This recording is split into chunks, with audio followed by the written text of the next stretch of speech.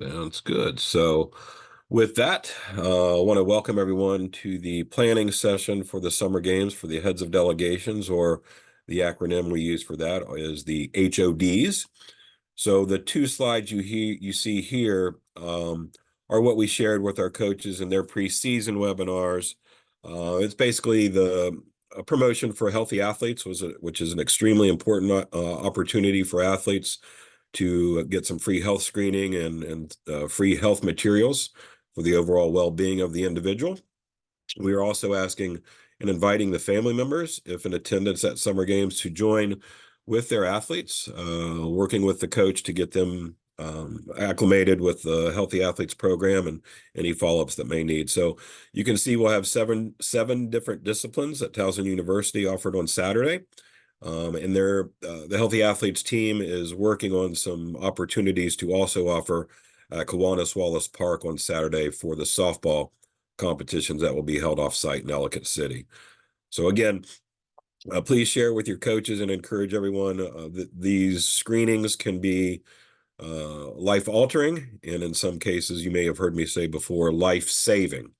So really important information here. So we'll talk a little bit further about it, but it's really important, depending on schedules and everything, that athletes get over and get through as many stations as possible. So thank you for your attention to that. And with that, as you saw, we are recording this session, so the slide deck we're about to share with you now will be sent out and shared at our through our resource page, and the link to the recording will also be shared. So once again, for those of you who may not know me, I think everyone knows me, for the good or bad, but my name is Steve Bennett, Senior Director of Sports and Competition here at Special Olympics Maryland. Pleased to be with everyone here this evening. We also have with us Mike Sarnowski, our Vice President of Sports and Operations here at Special Olympics Maryland. So again, this is the pre-planning summer game session for the HODs. If you're looking for another webinar, you may be in the wrong spot or on the wrong date. So once again, we thank you for joining us this evening. We'll go ahead and get started. As I talked about, it is being recorded. If you have questions, hopefully most people are familiar with webinars over the last couple of years. If you have a question, you can type it into the chat function. Whoever is presenting, the other person, whether it's Mike or myself, will be monitoring those questions as they come in and answering them, or stopping and addressing those questions either during the presentation this evening or at the end. Or you can raise your hand, but we do ask you to stay muted until asked to unmute yourself, so that we make sure we get through all the important information we want to this evening. So here are the basic information we're going to try to cover tonight. Welcome. So I've done that one already. So welcome, everyone.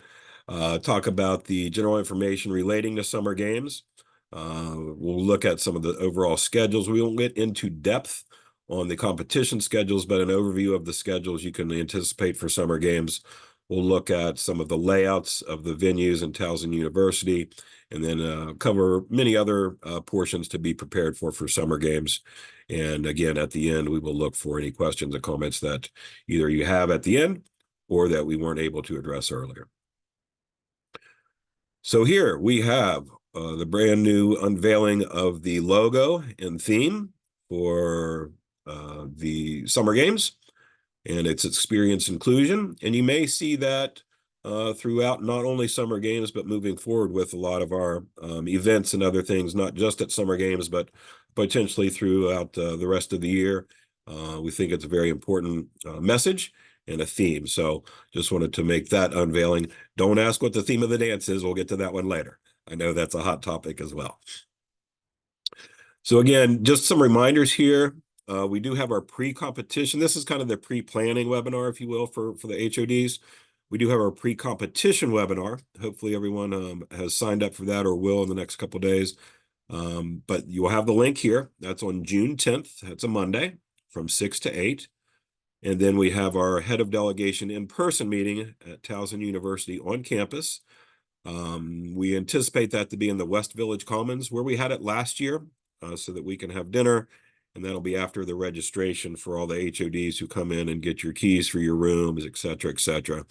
So just to make note of that. But again, the slide deck will be sent out and the links, et cetera. So here's a overall map of kind of the Towson area, if you will. So you can see here where my cursor is, this is the main part of campus. And then you can see the roads coming in, York Road, some of the key drive-ins or driveways or highways coming in. So most of you should be familiar with how to get to Towson University. If not, this kind of gives you a general overview of the area around the university. Here we have kind of the layout of the university and where some actions and activities and competitions, etc., will take place during summer games. So I'm going to use my cursor here. Up here, we'll start in this corner. Towson Town Garage, or also the Towson Town Boulevard Garage. That is where volunteers, families, spectators, primarily for swimming and bocce, can park. Although there is a bocce at the University Union parking as well. And there is some delegation parking there for those who may be in the residence tower, things of that nature. So you can see one of our housing locations is the residence tower this year, right up by that parking garage.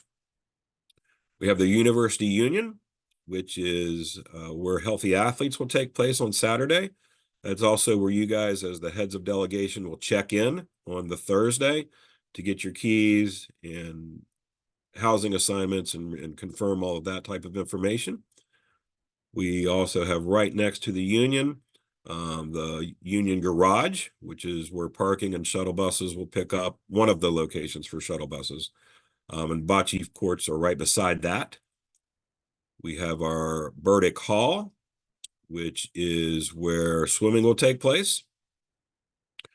Moving over to the left side of the map, if you will, softball. Those teams will pick up their buses at the University Union Garage right out here, and then they'll head out, heading to Ellicott City.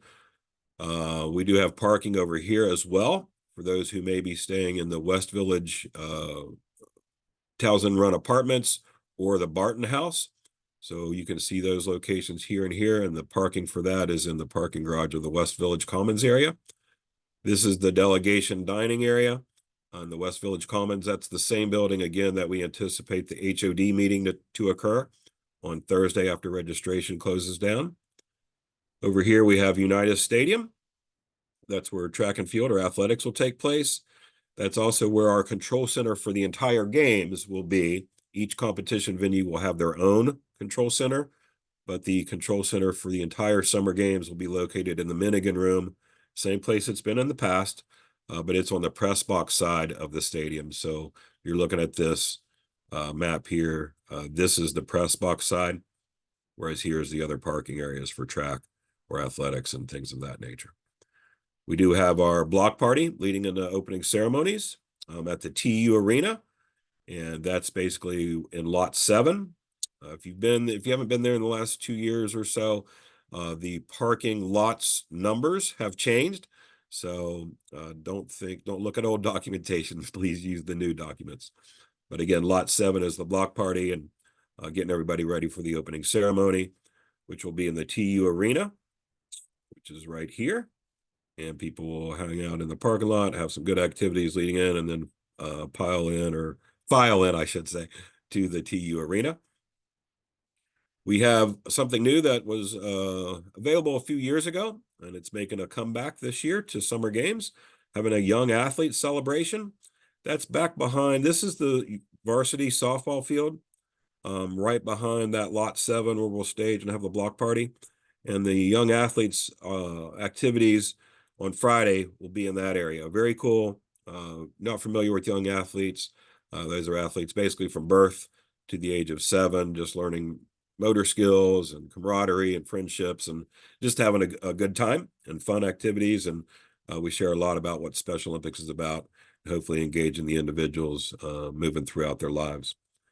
Cheerleading is at the Towson Center. And I think that's about it to cover here.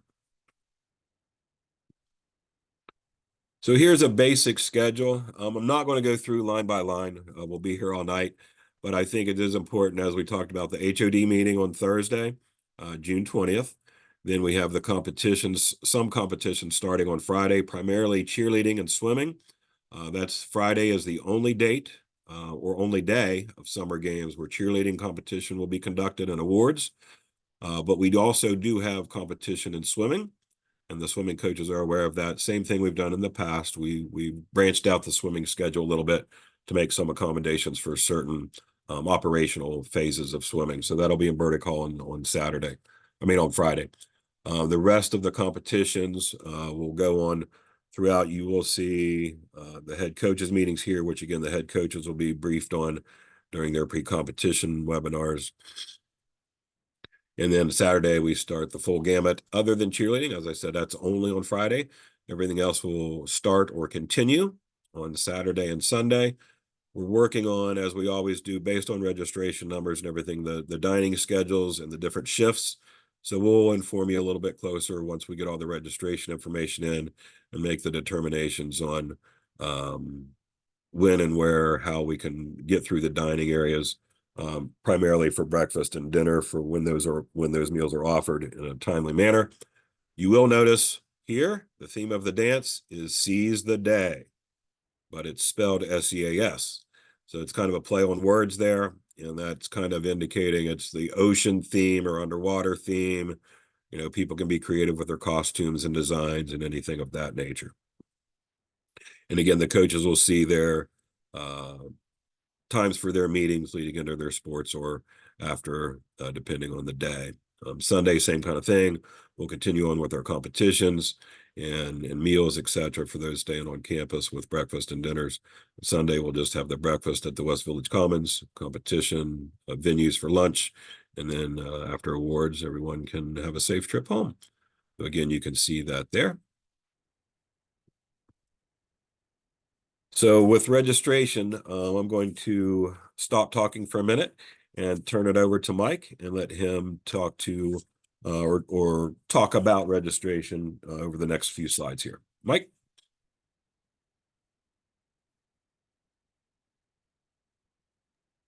There we go. Thought I clicked it to unmute. Anyway, thank you.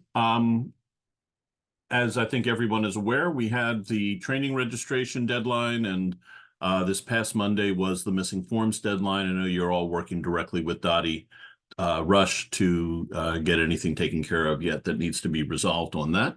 The next big deadline, if you will, is the June 3rd, 2024 competition registration deadline. That's the day by which you need to get all of your athletes entered, all of your competitors, I should say, entered into their competition with their entry scores. If they're on a team, like a relay team or whatever, getting them onto that relay team with it named properly, so on down the line. And that's also the date by which anybody who will not be attending summer games should be deleted from your delegation as well. With that, we've gone over this at one of the area director meetings, but it's worth repeating. We are happy to advance your delegation or your entries from one competition to another. We do it throughout the season.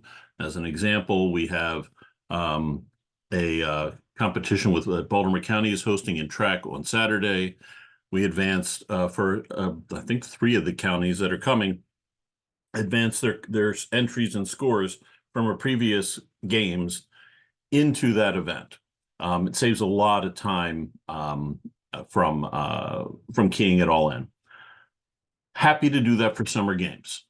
To make that work, several things here to be sure everyone's aware of and is focused on. One, need to be asked in writing. That can be an email. Just send an email. No later than May 30th. But strongly recommend you do it earlier than that. Part of that reason is we have the June 3rd deadline. I can only do the advancing when I have the time to do it. It doesn't take long, but I love you people dearly. I'm not dropping everything I'm working on the minute I get an email from you, as some of you may have noticed. But so anyhow, I have to find the time in my schedule to make it happen. But secondly, I can't advance anything into summer games when anybody else is in summer games at the same time. So if someone else is in there doing their own manual entries and such, I can't advance.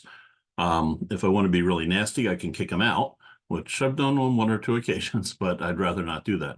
So it may be I've got to do this at midnight or whatever, even though sometimes you guys are still in there. No later than May 30th, but earlier if possible. I need you to tell me which games you want me to pull the information from, which sport, because it could be advancing your track or your swimming entries. Could also be advancing your bocce entries, because we can take what you put in originally with their scores or with your ratings that you do as part of your entry. We can pull those over too. It doesn't have to be the results of a competition. So need to know where the game, where they're coming from, what sport, and whether you want their entry score or a final score, as well as when you want it run. So as an example with that as well, we have, I'll use Howard County's track meet that they're doing on June 1st. You may have everything for everybody entered in there next week for June 1st. Obviously, you're not going to have the results keyed in at that point because it's after May 30th, but we could copy everybody, all your registrations from there and advance them into summer games for you, save you a good chunk of time, or your GMS person. Also recommend using the scores or entries, whatever, from an event held no later than May 19th. Again, if you already have your entries into a later one, we can pull their entries over, but that gives you time to do the next step, which is, it is still your responsibility to go into GMS after it is, the advancement is done, and edit and adjust your registration. It's only going to bring over the scores that, if you tell me to bring over their final scores, it's only going to bring over final scores for people who actually completed the event. If somebody no-showed or scratched, they're not going to be brought over. If they DQ'd and there is no score for them in the final, it's going to bring it over as 0. So you're going to need to edit that. It's highly likely not everybody on your team went to that particular competition. So again, need to go in, you're responsible for making those edits.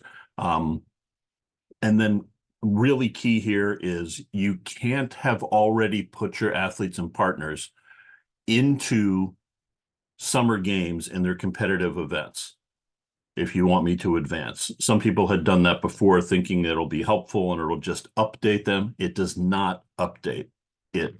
If it sees that Gregory Sheeman is in for, and on Katie, I don't remember if he swims or runs track. Also, let's say he swims, is in the 25-meter backstroke already in summer games, it's going to ignore that record. It's not going to update it. It's just going to ignore it.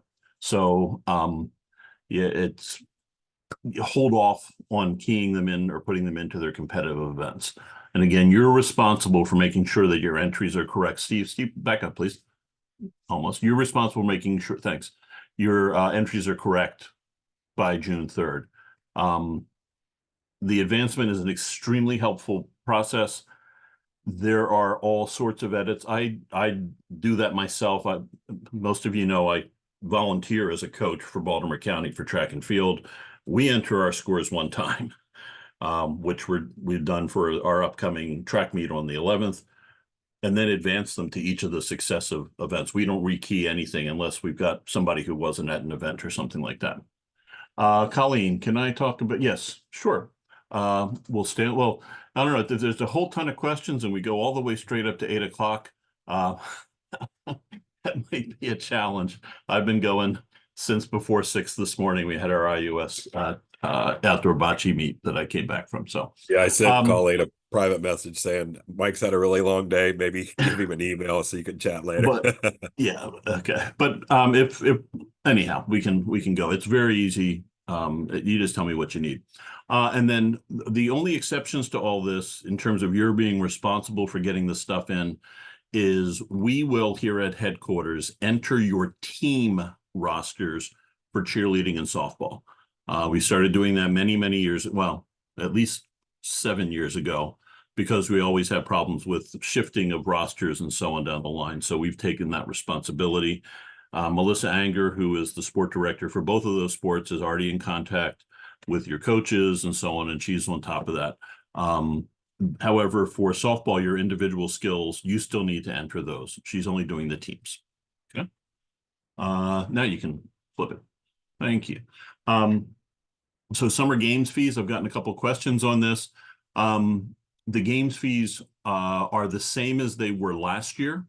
So your standard, if you will, for anyone staying on campus, and this is everyone in your delegation, the standard is $70 per person, and that includes your Friday and Saturday night accommodations, your dinner Friday and Saturday night, your breakfast Saturday and Sunday, and as with any delegation member, your lunch Saturday and Sunday. The standard for off-campus is nothing. We don't charge anything for anybody who is not staying on campus, with one exception, which you'll see in a moment. And that covers lunch Saturday and Sunday. And then for any registrants that are above the 3-to-1 ratio, I'll walk through that quickly in a moment. I think most people, unless you're brand new to being an HOD or area leader, I think most people are familiar with this, but the $70 does not cover the entire expense of housing and meals for a person staying on campus. If you're going above the 3-to-1 ratio, we would be charging that. Keep in mind, it's not always possible. We may not have the bed space for that. And then if you're above the 3-to-1 and you're off campus, the fully loaded fee for that is $22 a person. And then we will determine your games fees. This is an important date. We'll send you some reminders, but they will be based on anybody who is in your delegation and not scratched as of noon on May 17th, or who you haven't told us about, because on June 3rd or June 4th, after that competition registration deadline, we're going to lock areas out from making edits. It's a standard thing. We do it all the time. We just can't have a moving target for all of our registrations as we're trying to clean that up.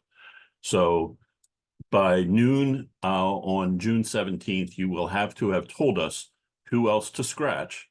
And anybody who still is in there in your delegation in GMS, that's what your county's games or your summer games fees are going to be based on. In a nutshell, the 3-to-1 ratio. Special Olympics overall in most states, definitely for USA Games and for the World Games and such, has a standard ratio of 4 athletes for one, what we'll call supervisory person. A supervisory person is a coach, it's potentially a volunteer, head coach, a HOD, so on down the line. For every 4 athletes, you get 1, and we always round up on that.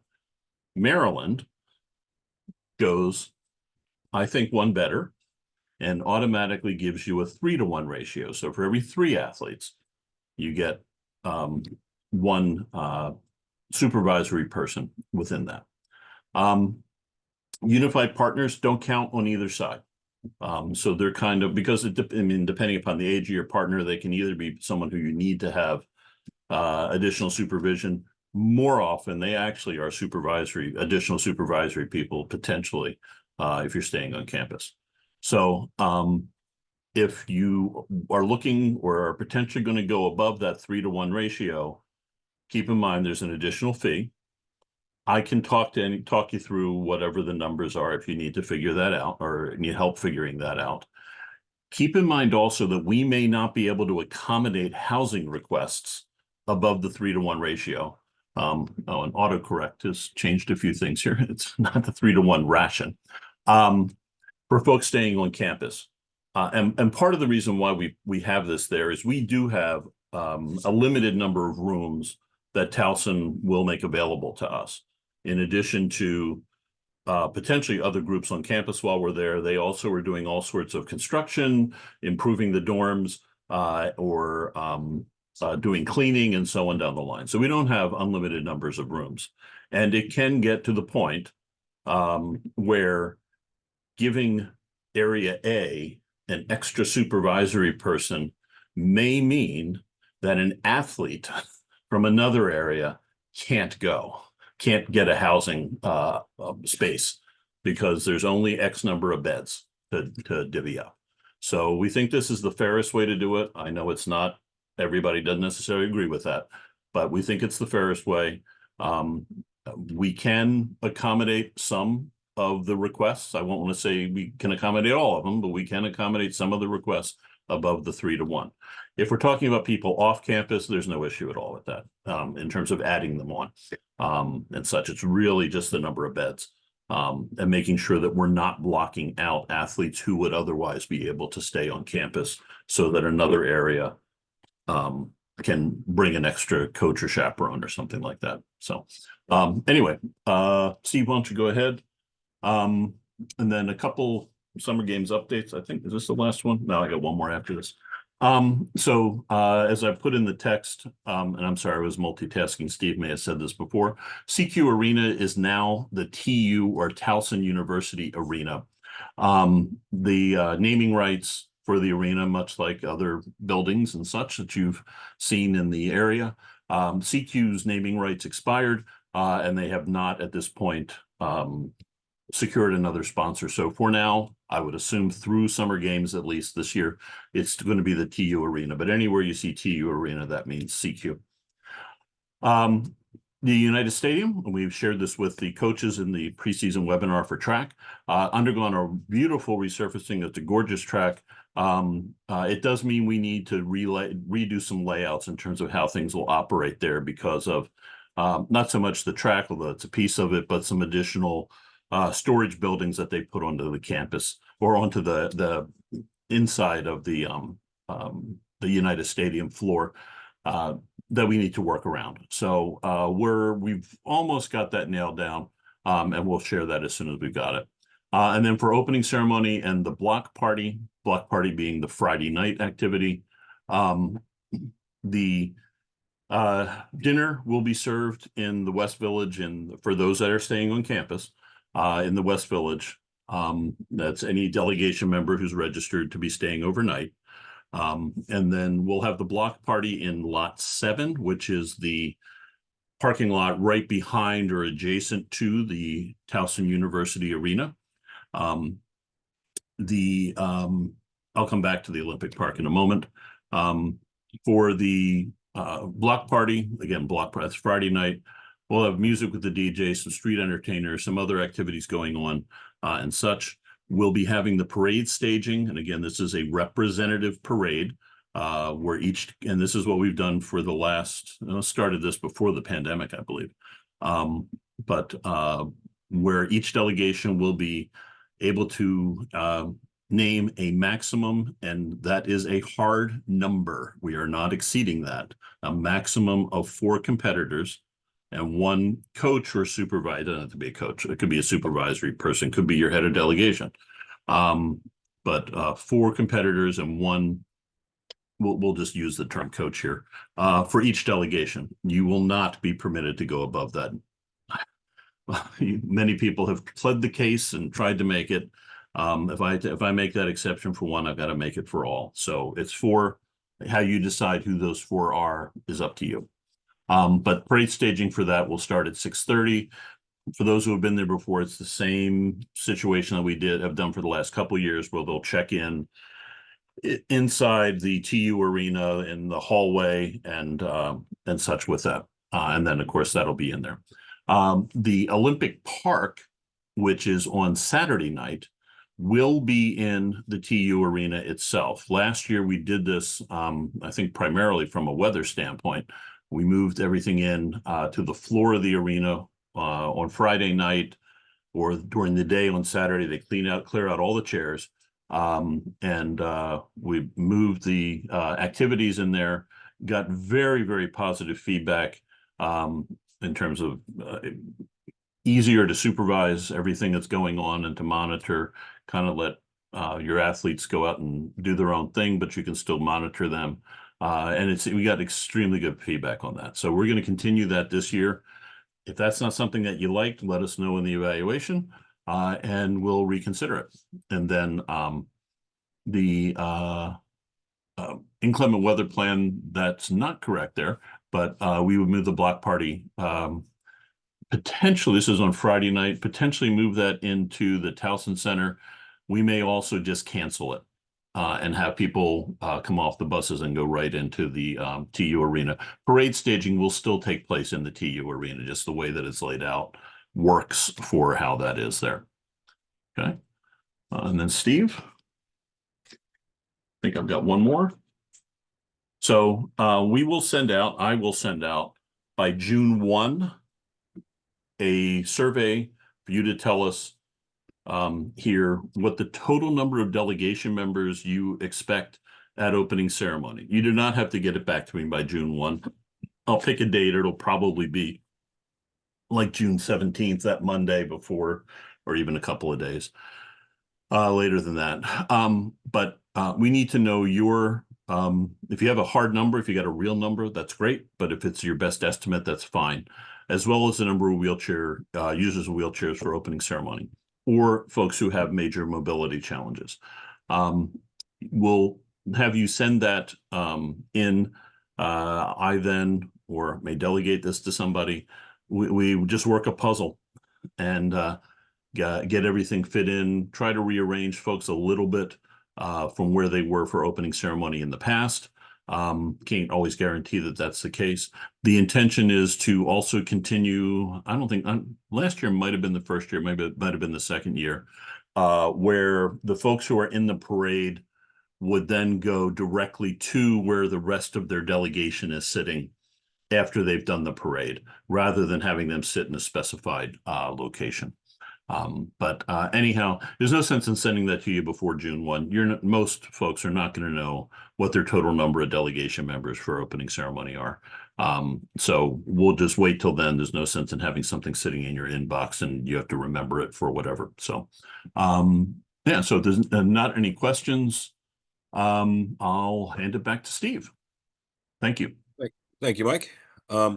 One of the things here, I know last year I did not scroll down far enough on some emails, and there was a little confusion on who ordered golf carts and requested them. So thank you for those who have submitted those. We have placed the order for golf carts. This is just one of the things that I wanted to do a double check and share the information with what I have received. I could have missed something. It happens to the best of us, regarding radio requests from Baltimore County, and then golf cart requests from, you can see the delegations there that requested the golf carts. And as stated in the email that I sent out to everyone, we will follow up with the costs associated with anybody on those golf carts. Typically, they're around, and based on the contract, they're around $330 per cart, not per day, just per summer games. So take a look at that. And if you wanted to order one or you have questions about it, you can let me know. I may or may not be able to add some here and there. But I just wanted to make sure that I didn't miss any emails this year, or at least share the information. Mike? Yeah, Steve, just as a reminder to folks, I know all of you, I think everybody who's on the call right now or the session right now are experienced. In case anyone's listening to this later, yes, we dream that folks listen to the recording. Keep in mind that golf carts cannot be driven on streets. They can be driven on the sidewalk, on the, or actually, Steve, you want to talk through that real quickly, just so that you know, if you're considering ordering a golf cart, what the limitations are of what you can and can't do, so you're not disappointed and such. So, Steve, you want to touch on that? Yeah, it's pretty much, if you're going from the housing locations, pretty much stay on the sidewalks. Yeah, I think it's the major drive is I forget the name of the road, but it's the one that goes down from the sports complex side of campus where the stadium is, the arena is, all of that. You get out, you stay on the sidewalks going down the main drag, and then otherwise you can ride in the other drives on once you get to sports complex side or on Burdick, whatever, but pretty much stay on the sidewalks on the major highways.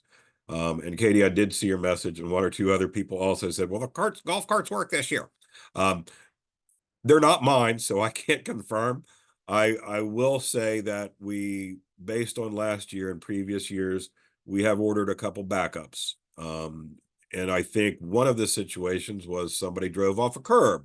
So again, you really need to pay attention. The curb broke the axle of the golf cart, so we had to tow it off and things of that nature. So it's not just drive on the sidewalks for the most part, but it's also pay attention and don't jump curbs. But again, there will be a golf cart waiver for everyone who's requested a golf cart to sign, and you might want to read it. And if you have any questions, ask in the control center when you pick up your keys. But again, during that distribution of the golf carts for the HODs, please be patient. There's a lot going on that Thursday/Friday early morning. I know you guys want them and need them. Just work with our control center. You never know what situations they may be dealing with. But again, just want to make sure there's nothing. If you have another need or you want to talk about it, feel free to call me or email me, and we can talk through and see if there's an opportunity to add something. So hopefully, again, I've captured everyone's information. Some other updates in regarding lunch and meals. Those of you who've been through this before, you know that we send out a lunch order form for a meal order form for the lunches. We are still working with Towson right now to develop exactly what the choices will be in regards to the typical choices. So you can see at the bottom here, this is what we're anticipating as the options. Now this, you don't necessarily have the option to say, I want this many turkey and cheese, this many plain turkey. These are the general options. What that means is based on the product available to Towson University, they're doing just for us at summer games about 1,500 to 1,600 lunches per day. So based on the availability of the product they have, if you say, hey, I just need 30 regular lunches from a bocce team on Saturday and Sunday, you'll get a mix of this, okay? If you have specific dietary restrictions on the order form, there will be something where you can notify, I need these many special dietary needs or this many veggies. The veggies will be a mixed veggie sandwich. The gluten-free and other special dietary needs, Towson University is more than capable of almost making most things work as long as they know. So we're working with them. This is just to give you an idea of what the basic options were. Veggie is not really a basic option, but I wanted to show that as an example of if you ask for a veggie meal, it's typically going to be a mixed veggie sandwich or something to that effect. It's not going to be a salad, okay? But start thinking about that. We will send you the order form. Each head of delegation will work with their coaches other than softball. That will be a separate order form. So a head of delegation will submit to me the lunch order forms for everyone who is participating or part of your delegation on campus, whether it's athletics, cheerleading on Friday, swimming, etc. Swimming will not have lunch on Friday. Swimming is on their own for lunches on Friday, but swimming will have lunch available to them and participants on Saturday and Sunday. The other thing I will stress here is we have, over the last several years, probably had 300 to 400 leftover lunches, primarily from what I've been told. Most come from swimming, and that's from Sunday, because swimming sometimes, if they're running on schedule or a little ahead of schedule, they will be done sometimes before the lunches get there or right as the lunches are arriving. So please ask your folks, specifically swimming or for other coaches for that matter, on Sunday, make sure you're going to want these lunches. If they order them, we want them to take them, and it's their responsibility to eat, distribute otherwise. What has happened in the past, just to share probably a little bit too much with you guys, is those 300 or 400 lunches we have at the end of the games. Now, after we're packing up everything and putting everything away, we have to work with our food services team, Towson and others, on the distribution to collect all those leftover lunches, get them to shelters, get them to other places, etc. And it's just not something that is fun to do at the end of a very long event. So your assistance with that would be appreciated along with your coaches, okay? Transportation, you can see this is basically a copy and paste from Friday, Saturday, and Sunday. We will get into more details at the HOD meeting on June 20th on that Thursday in person, as well as in our webinar on the 10th of June. But just know that there's shuttles running from the dining halls to all the competition venues to the opening ceremony, all the activities, and the parking lots for mostly throughout the event. We've had a lot of questions of, will shuttles be running from the residence hall, because that's not in the West Village. So every place where we have an imprint, there will be a shuttles running constantly throughout the day, and they're pretty much every 10 minutes they'll be hitting one of the spots. So just Yeah, want to make and sure everyone can work. yeah, when you get the slide deck, the image or the map that we shared there, again, that may get tweaked. All the intended shuttle spots are marked on that with a yellow bus marking, if you will. There's a key on the map, so you can see where most of them are. Yeah, and all the shuttles there on Towson campus will have the lift capabilities for anybody who uses a wheelchair or anything like that. So the one exception there is with softball. Based on coaches' feedback, there is no need to have buses, although they very well may have the lifts for wheelchairs and things of that nature. But these are the requests we have received from the counties who are staying on campus for softball and are requesting shuttles from on Saturday and Sunday. So you can see we have 3 buses for Saturday. The bus 1 is basically the 2 Hartford teams, or 2 of the Hartford teams. Bus number 2 for both Saturday and Sunday is one of St. Mary's teams and an Anne Arundel team. And then only on Saturday is the Montgomery and Lower Shore teams, because what we have been notified is that those 2 teams will provide their own rides to Ellicott City for softball and then just head home after that. Okay. So if that's different, or if you want to double check with your softball coaches and make sure the information we have is correct, please do so. But this is what has been submitted through Melissa Anger and the softball coaches. A few other transportation notes. We've always been asked this question: what happens if the weather delays? Because it's on the schedule, the shuttle buses are only running for this time. So if there's any weather delays or whatever, shuttle buses will be extended to make sure everybody gets to where they need to get to. We talked about the lifts, and no lifts for softball at this time, although again, like I said, they most likely will have them. A few other things here is for heads of delegation or someone else coming on Thursday from your team. Those of you who were there last year remember that there was a code and about a page document that I sent out where you had to upload an app or something like that, blah, blah, blah, information so that you're in the system so you don't get ticketed. There is a charge for that.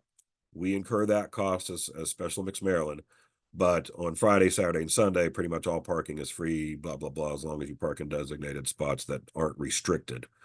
But again, that information for parking on Thursday is not available at this time. Get that to you in plenty of time.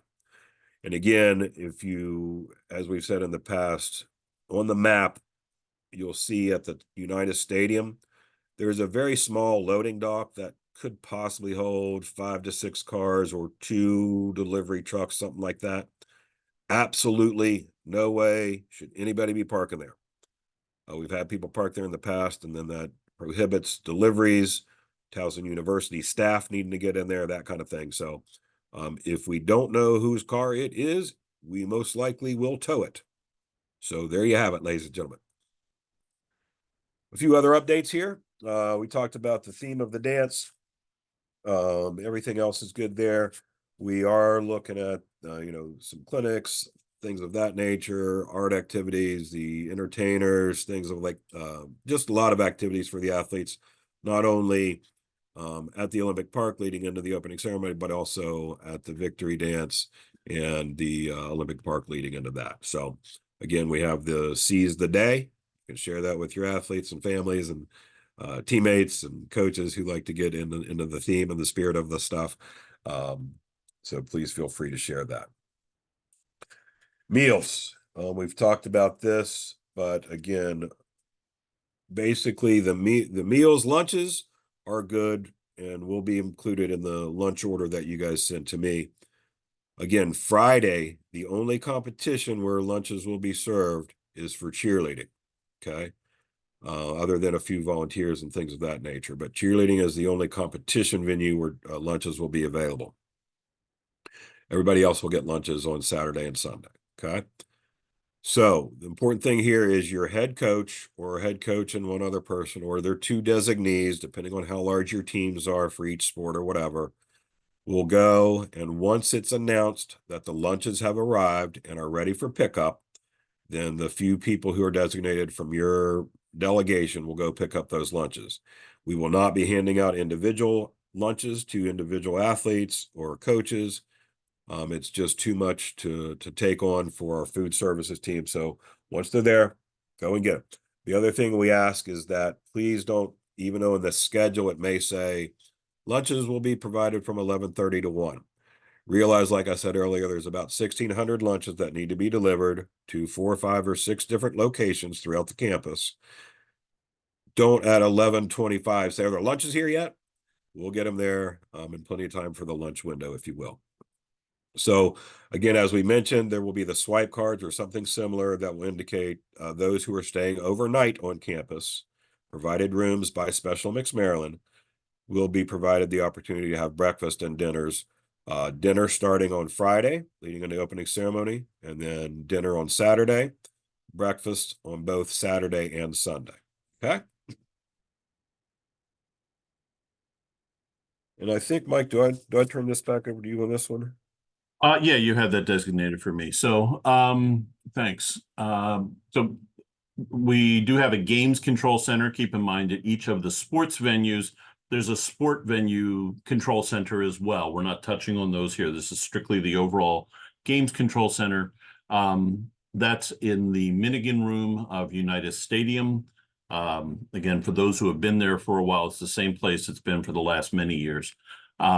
That's where that's the overall hub for the games itself. Please, only HODs come to there. Don't send a family member there, and so on. They're very nice people, but it can get overwhelming with that type of thing. It's really to work with you as the delegation representative for the games. Delegation registration will be held at the University Union from 2 to 6 with oh, actually I'll save about the shirts, but that's helped quite a bit. Let's see. If you have, for housing, if you anticipate any significant change in what your total housing request is going to be, I realize you're still trying to figure some of that out.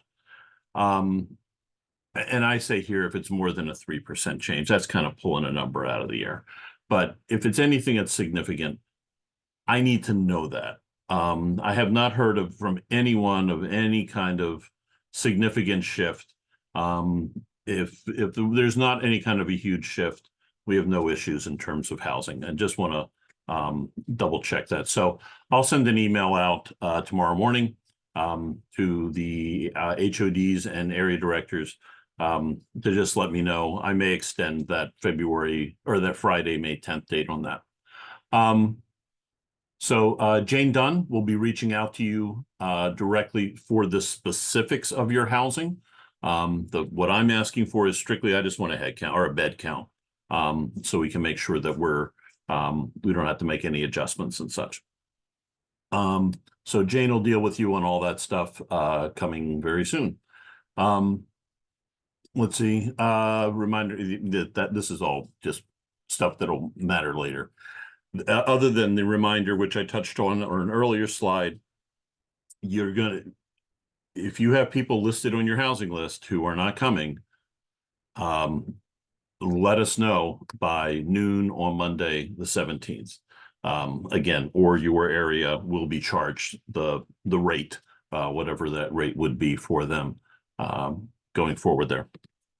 And then Steve, I think I'll just cover this. Remember for your house on the next slide, that Towson supplies the following that are listed there. It should handle what some folks want or need for sleeping. I mean, it's not a hotel accommodation and such. That said, you're more than welcome to bring extra stuff. You know, some people like to bring a pillow, so on down the line, their own pillow, I mean.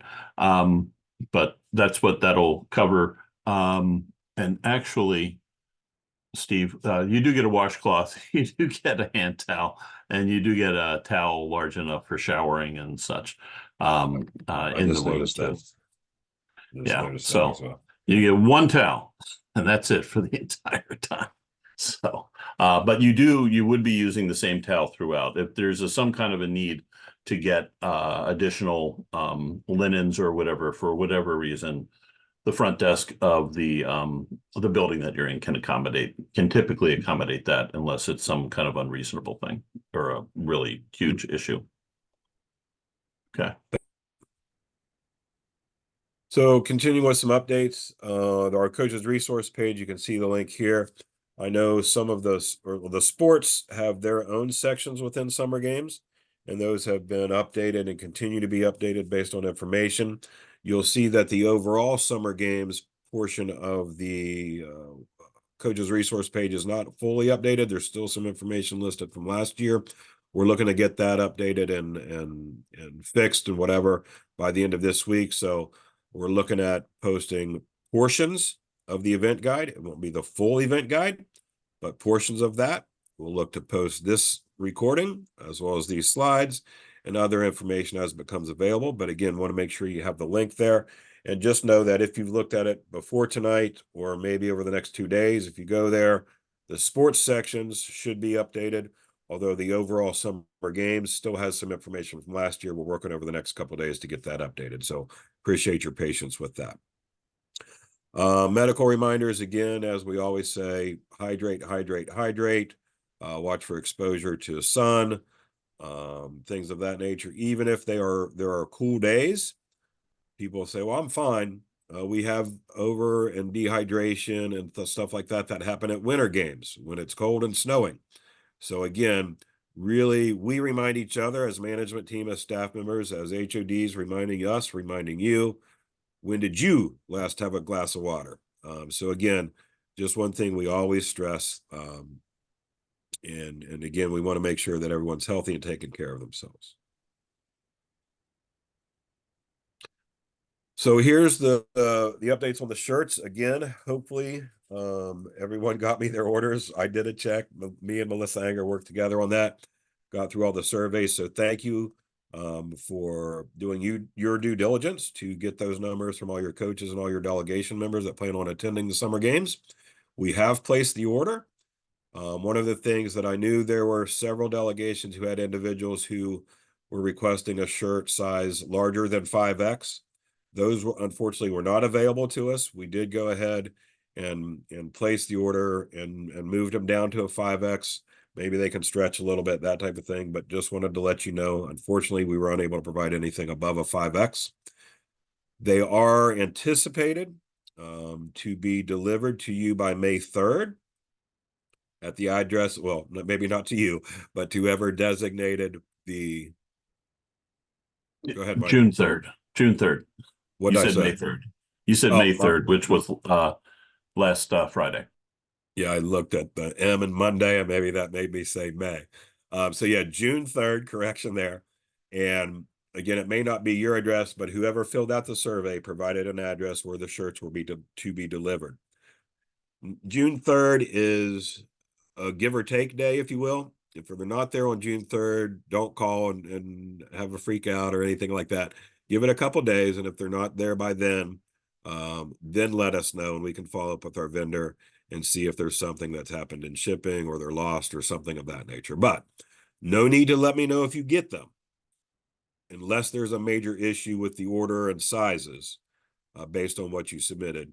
Only let me know if they haven't arrived by, let's say, June 6th or 7th or whatever. Okay. But again, thank you so much. We hope that we've had a lot of positive feedback from this process. I think last year was our first year doing it. It's benefits HODs and others to get those shirts well in advance, so you're not worrying about that. And after a long day on Thursday, then you're going back to your dorm rooms and having to sort through everything individually or with one or two other people. And you can be well in advance and plan and get everything organized way prior to summer games. We talked about the healthy athletes and the young athletes, but again, this is just another slide indicating those two great activities and exciting activities would have young athletes program back, as well as the many disciplines offered through Healthy Athletes. Just another screening about it. Again, I really stress the importance of the Healthy Athletes program. Not that young athletes also isn't important.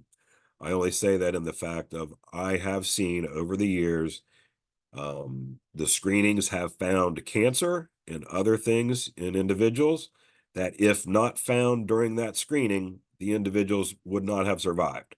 So they were able to treat scenarios. There have been people who have not been able to hear since birth. 40 years later, they find the situation, they address it, they fix it, and now the individual can hear for the first time in 40 years. So it's really, really important. Even if it's just, hey, you have the wrong size shoe, or you need an implant or an insole or whatever, an arch support, whatever it may be. I just can't stress enough how important the Healthy Athletes is. Obviously, we're there for the competition schedules, but anytime you're able to get over there, or have your coaches or athletes or other supervisory positions, take athletes over there to get them screened. And know that each station, depending on what it is, could vary in length. Some go very quickly, where others take a little bit more time to do. So just want to stress and recognize the importance of that. As with any competition, there could be protests, there could be appeals. We talked about the control center at each competition venue. For the most part, the head coach would file the protest and submit it to the control center at that competition venue. Although in athletics or track and field, the competitor is also allowed to file a protest based on the rules of that sport. And again, if it's, and the coaches know this for the most part, we'll reiterate it again, but a protest isn't a judgment call of the official. It's an improper ruling or enforcement of a rule or non-enforcement of a rule, that type of thing, but it's not a judgment call as far as in softball, for example. Hey, he didn't catch it. I saw him trap it. The umpire called it an out. It's an out. In track and field, I didn't see the athlete impede another athlete.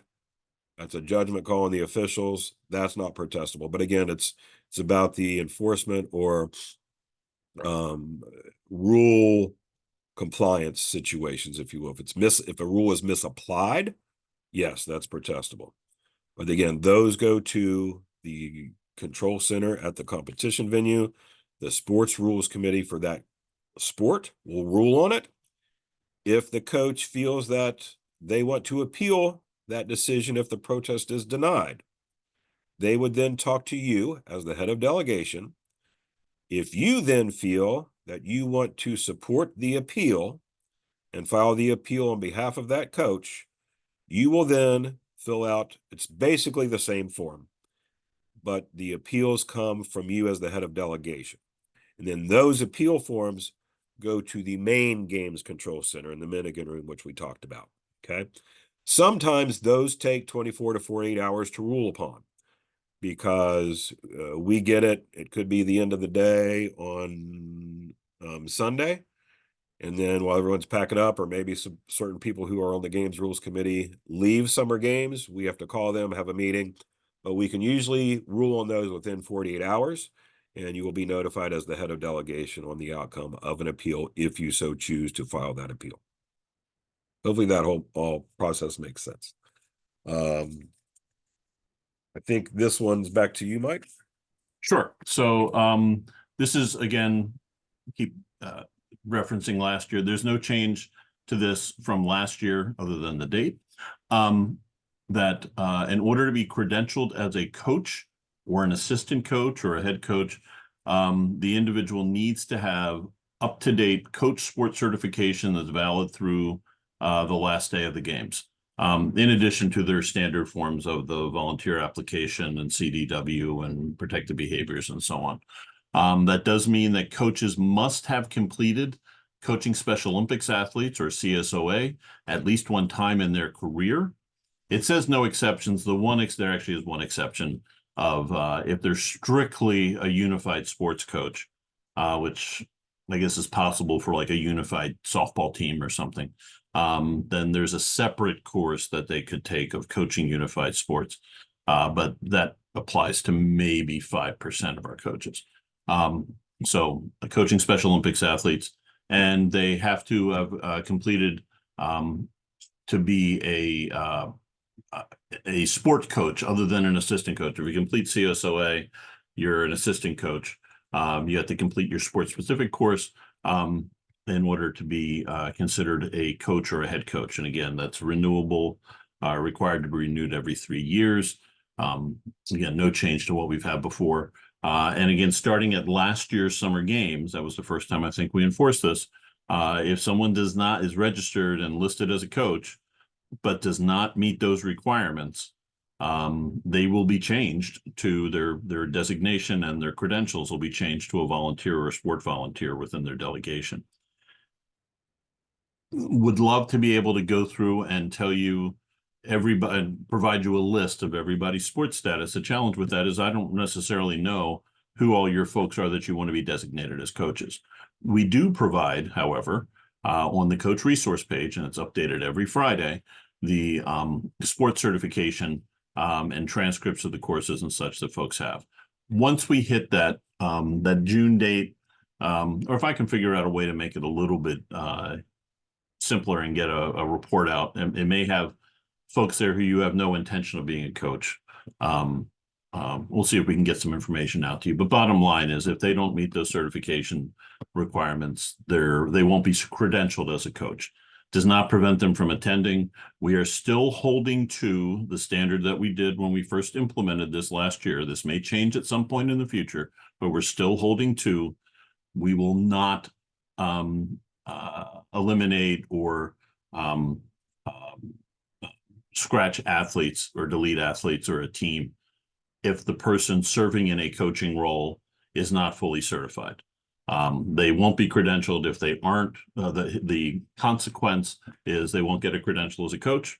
They also will not be able to file a protest in that situation. But we are not penalizing any athlete, other than I guess they can't have a protest filed on their behalf. But we're not penalizing any athlete here. We may move to that in the future, but that is not the case now.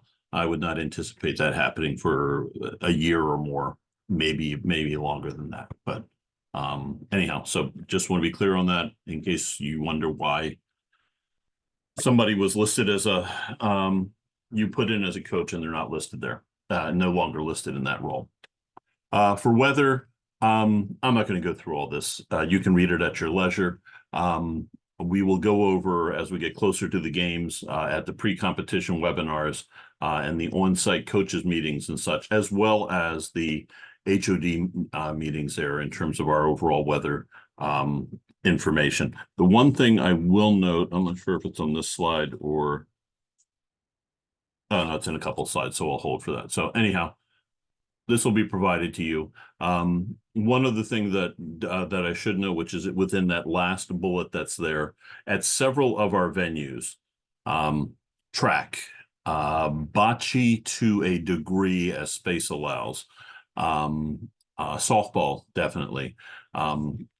Coaches, delegations, others can bring in put pop-up tents. And that's fine. They need to be safe. They need to be secured. Keep in mind that Special Olympics Maryland, as well as Towson University, reserves the right to tell anybody to remove a pop-up tent for any reason. In addition, if we do have weather issues arising or coming, we may have folks have to take down their tents as well. We ran into that one time a few years ago where we have access to weather services that let us know when stuff is headed our way and it's 20 miles away or whatever. So we have a window of opportunity to take action for safety's sake. We may be telling folks, if that happens, to take their tents down. And we appreciate your support in making sure folks comply with that. Again, it's it's something I think, like I said, I think it has only happened once where we had folks allowed to put tents up and then had to have them take it down. I remember it was long as Sam Hodap was still with us at that point, so that's how long ago it was. So it doesn't happen often, but just be aware that that is a possibility should the need arise. Yeah, the Steve, the only other next slide. thing, yeah, the only thing I would reiterate here, not reiterate, but also make a point of, is last year, for those of you who were with us at summer games, you may have remembered the evacuations we had. Steve, that's Please on work. another slide. That's 2 slides from now. I was going to talk about, please listen, as we talked about the Yeah. issues in last year. Okay. Yeah, let's hold that for the locations and all that. So, Okay. okay. So, again, we'll be, you can check your weather forecast and all, but we'll have that, available to you, or we'll provide it at the various meetings. The sunscreen, again, we will not provide sunscreen. It's not that we're meaning we want people to burn, but there are too many allergies and so on out there, that at the risk, and this has been a standard Special Olympics policy and such with that. So please be sure your folks bring their own sunscreen. That is not going to cause them to have an allergic reaction. And remind folks, also remind them to reapply it if that's necessary, based on the type of sunscreen that they have during the day, and remember to hydrate and so on. And then again, we talked about the tents already. So here, this is where I wanted to talk what you wanted to say about Steve. So a couple things in here. Rain plan, again, the outdoor stuff is postponed. If it's heavy, it varies slightly by sport, but the control center will be there for updates. A couple things in terms of location. If it is lightning or thundering, so we got a lot of clarification. Athletics, if it is lightning or thundering, will not report to the concourse. So we corrected this last year on Sunday. There was some confusion in general, I think, for many different parties involved. But the athletics will go to the Towson Arena, formerly the CQ Arena, which is what we did on Sunday last year when we had those situations. You see the other venues there; they're all pretty much the same as they were last year. And then the block party, which is Friday night, again, Saturday night's event. The Olympic Park will already be indoors. But the block party, we'll just have you go right into the Towson Arena at that point. Steve, you want to make that the further point that you wanted to touch on with that? Yeah, thank you, Mike. Last year, as I was mentioning, is we had, again, as heads of delegation, you're leaders of the movement, you're leaders of summer games, as are we as staff members, as are our games management team leadership volunteers, as are your coaches, as are sometimes your athletes, and sometimes your unified partners, etc. There were several instances where Mike was dealing with the evacuation at the stadium. I was dealing with the evacuation at Burdick Fields for bocce, where we had family members, which I know we can't control everybody in the world. We had coaches. We had other individuals of delegations who basically pushed me out of the way when I was standing at the door saying, please stay here. This is a shelter mandate from Towson University, as well as Special Olympics Maryland. We know there is lightning in the area. There was a strike a mile away. I did get pushed out of the way twice, saying, you can't stop me. What the heck do you think you're doing? And who the heck do you think you are? Again, we don't do this because we want to, because we like to. It's for the health and safety. And I basically said, if you're willing to risk your life to go out and get the book from your car so you have something to read, I can't stop you. And I've got 30 witnesses standing here by the door. So if it happens, but please don't. You're making a bad example, and then everybody else wants to go out. And if they went out, why can't I go out? So again, as leaders, we just ask for your assistance to help us try to keep everyone safe when those situations arise. Hopefully it won't, obviously, but if they do, we appreciate your cooperation and leadership as always.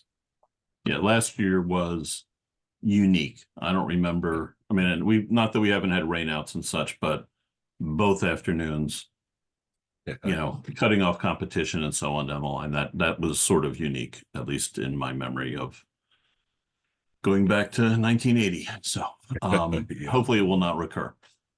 Yeah. Thank you. Again, more to come on the rain plan and all that type of stuff. Just please do, as with this, and I'm sure everybody who's on the call right now, hopefully everybody who reads this and such, is taking this information and passing it along to their family members, to their coaches, to delegation members, and so on down the line, just as the coaches will do with the pre-competition webinar and such. Steve, I don't know if we set a date yet, but for a family and athlete webinar for summer games like we did for whatever, but we'll add that in. Yeah. Yeah, if we haven't. So there's that opportunity as well. But we're with this. So anyway, back to you, Steve. Thanks, Mike. Here is, again, the coach's resource page, knowing that the general, as we mentioned earlier, the general portion of the summer games coach's resource page on our website isn't updated, but it will be in the coming days. But please, that is not just for coaches. That's for heads of delegation. There's not a special code or password or anything else you need. Anybody can check that coach's resource page. You're laughing at something. What'd I say? Well, the exact reverse of what we had before. It'll be updated by the end of the of this week. Not that we will continue to have updates after that. It says June 10th, which is a month from now. We will have updates to the coach resource page. So sorry about that.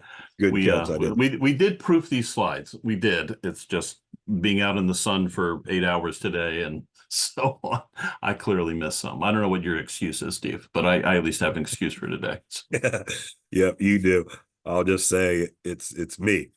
You also see the contact information that the coaches all have in regards to our sports directors here at the state office, their email addresses.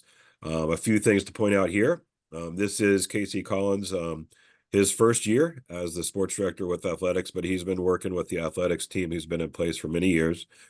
Jake Novak, also a brand new sports director to Bocce and to our department in the last month or so.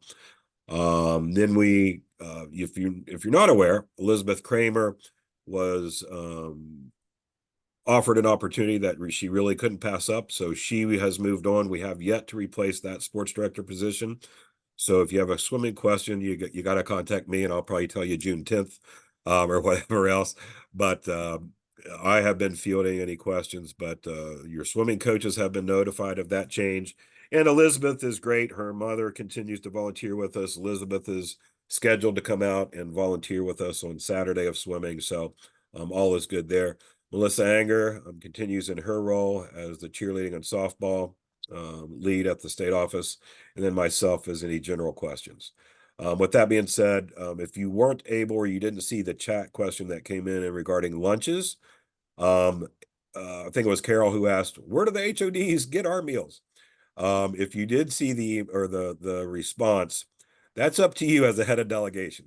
You kind of do your best guess of where you want to be on Saturday and Sunday and include your order or your head count, if you will, for those orders for lunches, where you think you most likely will be on Saturday and Sunday, and then we'll make sure. If the situations arise where you wanted to be at Bocce and you got called to track and field, we'll work with you. Just let them know, hey, if I need a lunch, what can you do for me? We will be able to get you something. So, but again, do your best guess of where either you want to be or most likely will be on each day, and just put your head count in for that order for either Saturday or Sunday. So with that, those were only questions I saw that came in. I think we addressed all of them in chat. Again, you'll see the experience inclusion throughout summer games and potentially further down the road with Special Olympics Maryland. But with that, we thank you. As I mentioned a little earlier, you guys are heads of delegations. I've seen many of you year after year after year. I know some of you are also family members of Special Olympics athletes or unified teammates. I know some of you are coaches in other sports or seasons. Some of you help out with your area county leadership. and fundraising and things of that nature. So, but on behalf of Jim Schmutz, our president and CEO, Mike and I thank you for everything you're doing leading into summer games and for everything you do for the movement and good for the cause and the organization of Special Olympics in general. We truly mean that. That's not just something we say. And I hope that you feel that. We're here collectively together to make the experience, not just at summer games, but anywhere that you're out with Special Olympics, a positive experience and environment for everyone involved. Not just athletes and family members, volunteers, officials, staff members from the facilities, etc. So again, on behalf of us at the state office, we thank you and look forward to working with you. We're here to support you and work together. So if you have questions, you had the contact information there, reach out to us. We're not perfect by any stretch. We might have forgotten something or you have questions, let us know. We can work through anything together if we communicate. So with that, Mike, any closing remarks? And then we'll open it up to see if any other questions come in. I don't see any other questions, just a reiteration of the thank you. I know it's busy. This is a busy season for us, obviously. We know it's a busy season for you all as well, whether you're in any of the capacities that Steve just listed. In fact, I'm looking at every name in here, and you have several hats, whether you're an area director or you're the announcer at the track for Montgomery County's track meet, or whatever it may be. Everybody here has got at least one other, if not many other hats. So thank you so much for everything you're doing for our athletes, for your athletes, for all, and look forward to see you. And Colleen, hang on for just a minute and I'll see if it's a quick question we can take care of it for you. But with that, I'm going to go ahead and stop the recording.